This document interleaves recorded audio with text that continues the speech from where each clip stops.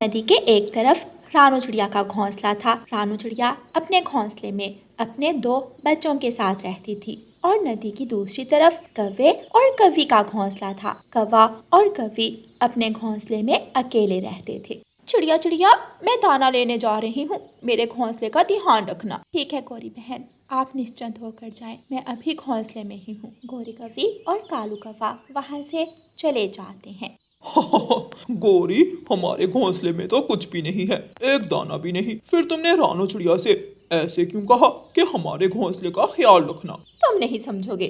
मैंने इसलिए कहा कि कल रानू चिड़िया हमें भी अपने घोंसले का ख्याल रखने को कहेगी और हमें अपने घोंसले की रखवाली पर छोड़कर दाना लेने चली जाएगी। अब समझा मैं तुम्हारी बात, और हम रानू चिड़िया के घोंसले से दाना चोरी कर लेंगे। दोपहर तक कौवा और कौवी इधर उधर फिरते हैं और फिर दोपहर के बाद अपने घोंसले में वापस चले जाते हैं। कौवे तो आगे, अब मैं भी दाना ले आती हूँ। बच्चों चलो दाना लेने चले। चिड़िया कौवों के पास जाती है। गौरी बहन, मैं दाना लेने जा रही हूँ, आप भी मेरे घोंसले का ध्यान रखना। चिंता ना करो चिड़िया, जहाँ दिल करे जाओ, हम दोनों तुम्हारे घोंसले का ध्यान रखेंगे। रानू चिड़िया अपने बच्चों को लेकर दाना लेने चली जाती है और गौरी कौवी भी जल्दी से उड़कर रानू चिड़िया के घोंसले में जाकर बैठ जाती है। वो घोंसले के तिनके उठाकर देखती है, नीचे कुछ दाना पड़ा था। कालू कालू, मिल गया, दाना मिल गया, जल्दी से आ जाओ, रानू चिड़िया ने दाना अपने घोंसले के नीचे छुपा कर रखा हुआ है। कालू कौवा भी जल्दी से उड़कर रानू चिड़िया के घोंसले में आकर बैठ जाता है और दोनों पति पत्नी रानू चिड़िया का रखा हुआ दाना खा लेते हैं। गुड़िया बेटी, क्या आपने दाना खा लिया है? जी मम्मा, मैंने तो दाना खा लिया। और कुकू बेटा, आप भी पेट भर के दाना खा लें, घर जाते ही आपको भूख लग जाती है। मम्मा, मैंने भी पेट भर कर दाना खा लिया है। अपने बच्चों को दाना खिलाकर मम्मा चिड़िया बच्चों को लेकर वापस घोंसले में चली जाती है। अरे, मैंने घोंसले के नीचे तिनकों में कुछ दाना छुपाया था, वो नहीं है। चिड़िया कौवों से पूछती है, कौवे भैया, कौवे भैया, मेरे घोंसले में कुछ दाना पड़ा था, वो नहीं है, क्या आपने मेरा दाना खाया है? नहीं नहीं चिड़िया, यहाँ तो कोई भी नहीं आया और ना ही हमने तुम्हारा दाना खाया है, शायद तुम भूल रही हो। हाँ, शायद मैं ही भूल रही हूँ, मैंने वो दाना खा लिया होगा। मम्मा मम्मा, देखें, घोंसले में कौवे का पंख है, हमारा दाना कौवों ने खाया है। हाँ, पंख तो पड़ा है, इसका मतलब ये कौवे चोर कौवे हैं। आज के बाद हम इनका विश्वास नहीं करें।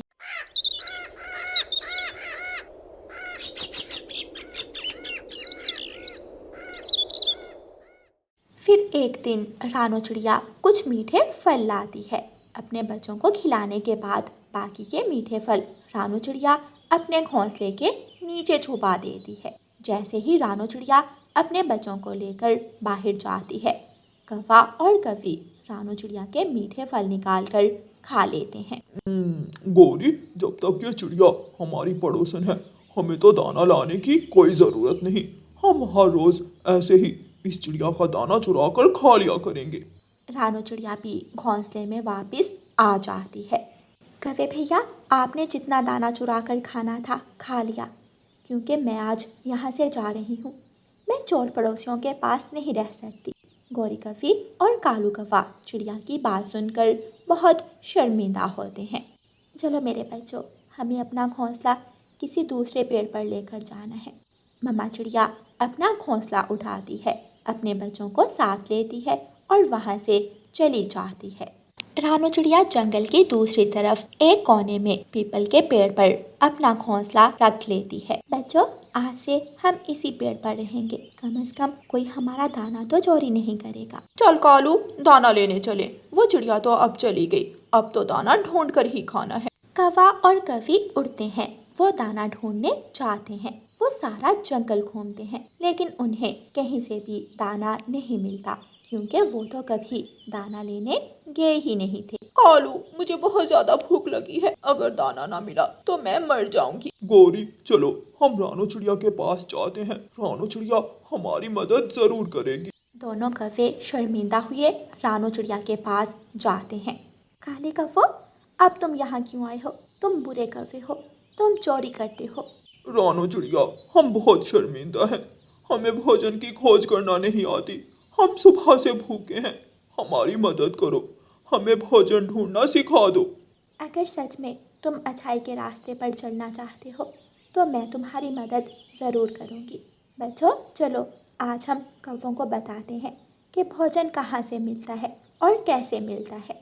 रानो चिड़िया, गुड़िया और कूकू काले कौवों को लेकर उड़ते हैं। रानो चिड़िया सीधी मैदान में जाती है। कवि और कवि, यहाँ सूखे पत्तों के नीचे आपको दाना मिल जाएगा। गौरी कवि और कालू कौवा सूखे पत्ते हटाकर नीचे दाना ढूंढते हैं और उन्हें वहाँ से दाना मिल जाता है। वो जी भर के दाना खाते हैं। चिड़िया बहन, ये तो बहुत आसान है। यहाँ से हम हर रोज दाना ले जा सकते हैं।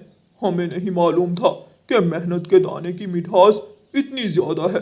चिड़िया, सच पूछो तो चोरी के दाने में वो मिठास नहीं जो मेहनत के दाने में है। आज के बाद हम भी मेहनत से दाना कमा कर खाएंगे। कवि और कवि, मुझे बहुत खुशी हुई कि आप सीधे रास्ते पर आगे हो।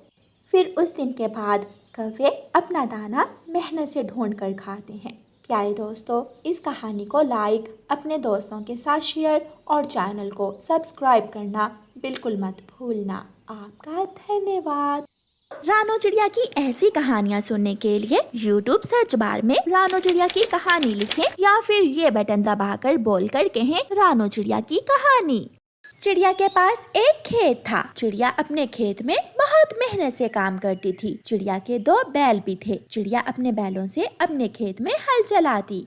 एक दिन तोता चिड़िया के पास आता है। रानो चिड़िया, अब तो नए नए ट्रैक्टर आ गए हैं और तुम फिर भी अपने बैलों से खेत में हल चला रही हो। क्या करूं तोते भैया, मेरे पास इतने पैसे नहीं है कि मैं नया ट्रैक्टर ले सकूं, और ट्रैक्टर आता भी तो लाखों का है। चिड़िया, चिंता ना करो, मेरे पास एक पुराना ट्रैक्टर है, तुम वो ले लो और उसकी अच्छी तरह मरम्मत करवा कर अपना काम करो। मुझे अब इस ट्रैक्टर की जरूरत नहीं है। तोते की बात सुनकर रानो चिड़िया बहुत खुश होती है। तोते भैया, मेरा काम तो आसान हो जाएगा और मैं भी बदले में आपको साल भर के दाने दे दिया करूँगी।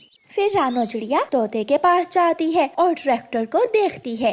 तोते भैया, ये ट्रैक्टर तो अच्छा भला है, मैं अभी इसे वर्कशॉप ले जाती हूँ और इसको ठीक करवा लेती हूँ।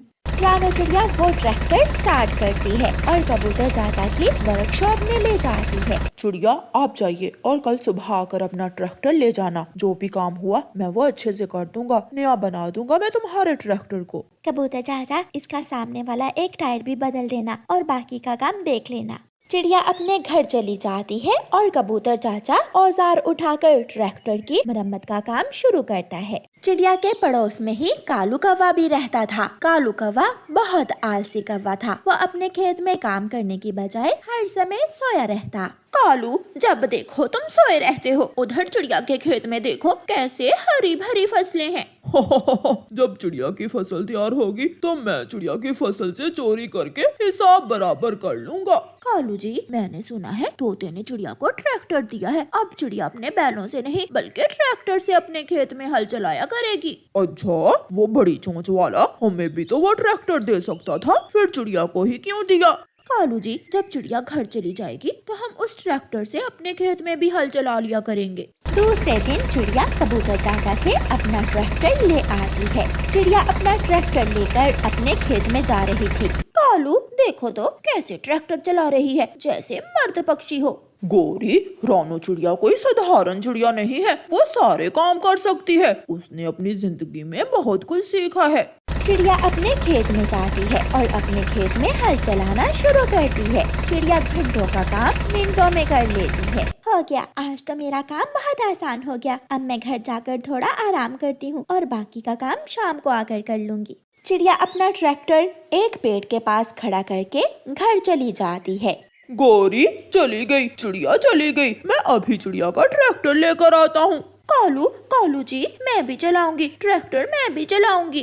कालू कौवा चिड़िया का ट्रैक्टर स्टार्ट करके ले आता है और अपने खेत में हल चलाने लगता है। थोड़ी देर बाद गोरी कौवी कालू कौवे को रोक लेती है। हटो कालू, अब मुझे भी ट्रैक्टर चलाने दो, मैं कोई चिड़िया से कम हूँ। अब भी मेरे साथ बैठ जाओ, पहले सीख लो बाद में चलाना। गोरी कौवी कालू कौवे के साथ बैठ जाती है। इसे क्लच कहते हैं। क्लच को दबाकर गियर लीवर से गियर लगाते हैं और आहिस्ता आहिस्ता चलाते हैं। गोरी कौवी को ट्रैक्टर चलाने का बहुत शौक हो रहा था। कालू कौवा ट्रैक्टर खड़ा करता है। मैं घर से बीज ले आता हूँ, इस खेत में हम गेहूं का बीज बो देते हैं। हाँ हाँ कालू, जाओ जाओ, और रसोई में मैंने पराठा बना कर रखा था, वो भी खा लेना। कालू कौवा घर चला जाता है। जैसे ही कालू कौवा घर जाता है, गोरी कौवी उछलकर ट्रैक्टर पर बैठ जाती है और चाबी से ट्रैक्टर स्टार्ट करती है। कर लिया, मैंने ट्रैक्टर स्टार्ट कर लिया। बड़ी सियानी बनती है चिड़िया, मैं भी बहुत सियानी कौवी हूँ। गोरी डायरेक्ट ट्रैक्टर का बड़ा गियर लगाकर फुल रेस दबा देती है। ट्रैक्टर उछलता है और भागता है। गोरी अपनी आंखें बंद कर लेती है। बचाओ बचाओ, कोई इसे रोके, ये तो भागे जा रहा है, कोई इसे रोके। ट्रैक्टर सीधा घाटी की तरफ जाता है और घाटी से सीधा जाकर नीचे गिरता है। गोरी एक पत्थर पर गिरती है और उसका एक पंख टूट जाता है। सब पक्षी वहाँ जमा हो जाते हैं। गोरी, अगर ट्रैक्टर चलाने का नहीं पता था तो क्यों पंगा लिया था? मर गई।